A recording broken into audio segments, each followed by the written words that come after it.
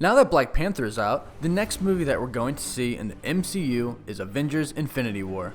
Since Infinity War is the next movie that we'll see, I want to take this video to talk about the latest character addition that we'll see in the film, White Wolf. Before we get started, please be sure to subscribe to my channel to stay up to date on Avengers Infinity War and White Wolf. This character is actually being taken over by good old Bucky Barnes, which leads us to believe that the Winter Soldier is phasing out and the White Wolf is being phased in. It's pretty interesting and creative to see how Marvel's introducing this character to us, because in the comics, the White Wolf is T'Challa's adopted brother. And obviously, since we know the backstory for the Winter Soldier, we know that Bucky is not the adopted brother of T'Challa. In the comics, the White Wolf's character name is Hunter, and Hunter and his parents get in a plane crash in Wakanda in which his parents don't survive. Hunter, however, does survive and is found and adopted by King T'Chaka. When he gets older, King T'Chaka appoints him the leader of a secret police force, the Hattusarazi, or War Dogs, which is where he takes on the mantle of White Wolf. When T'Challa became king, he actually got rid of the force, so White Wolf and his War Dogs leave Wakanda and become mercenaries. However, having great love for his adopted brother still, the White Wolf is there whenever Prince T'Challa calls him. This is the traditional comic book story of White Wolf. Since Black Panther just came out and we've seen Bucky be the Winter Soldier, we know that they are not sticking to the traditional story, which Marvel has been known to do on the MCU. So how are they going to fuse these two characters together, the White Wolf and the Winter Soldier? They have some similarities, but they also have some differences, which I actually think makes this new White Wolf character more interesting. Let's do some side-by-side comparisons of the White Wolf character and the Winter Soldier. The White Wolf doesn't actually have any proprietary abilities. He's just a normal kid whose plane crashed in Wakanda. He was trained by the Wakandan soldiers, so he has skills with hand-to-hand combat and armed combat as well. Sergeant James Buchanan Bucky Barnes doesn't have any proprietary abilities himself either.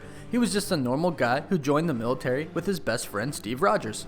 After he was assumed dead, Hydra grabbed him and enhanced his natural human abilities and gave him a cybernetic arm, but that's about it.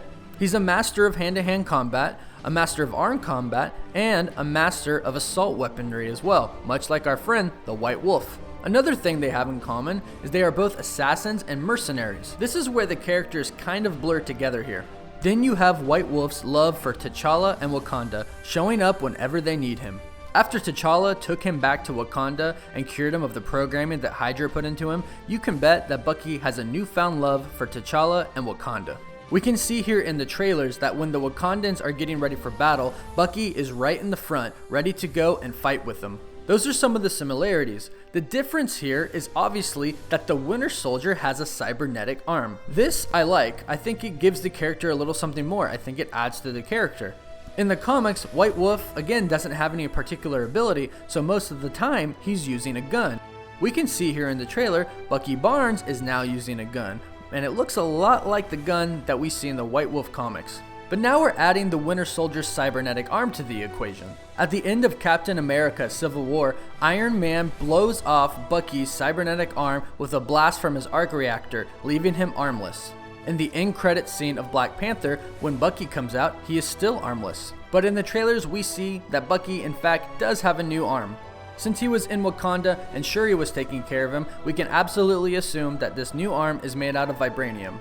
In the comics, the White Wolf's character also has the same kind of suit that Black Panther has. It is laced with vibranium and has the same nanotechnology, allowing it to turn into camouflage. He also has vibranium in his boots, which allow him to fall from really high distances. I would not be surprised if Bucky gets a similar suit as he takes on the character, the White Wolf. Black Panther was such a success, it's obvious that they are setting White Wolf up to appear in Avengers Infinity War and Black Panther 2 when it is released. So this is how they'll take the MCU, Winter Soldier, and the comic book version of White Wolf and fuse them together.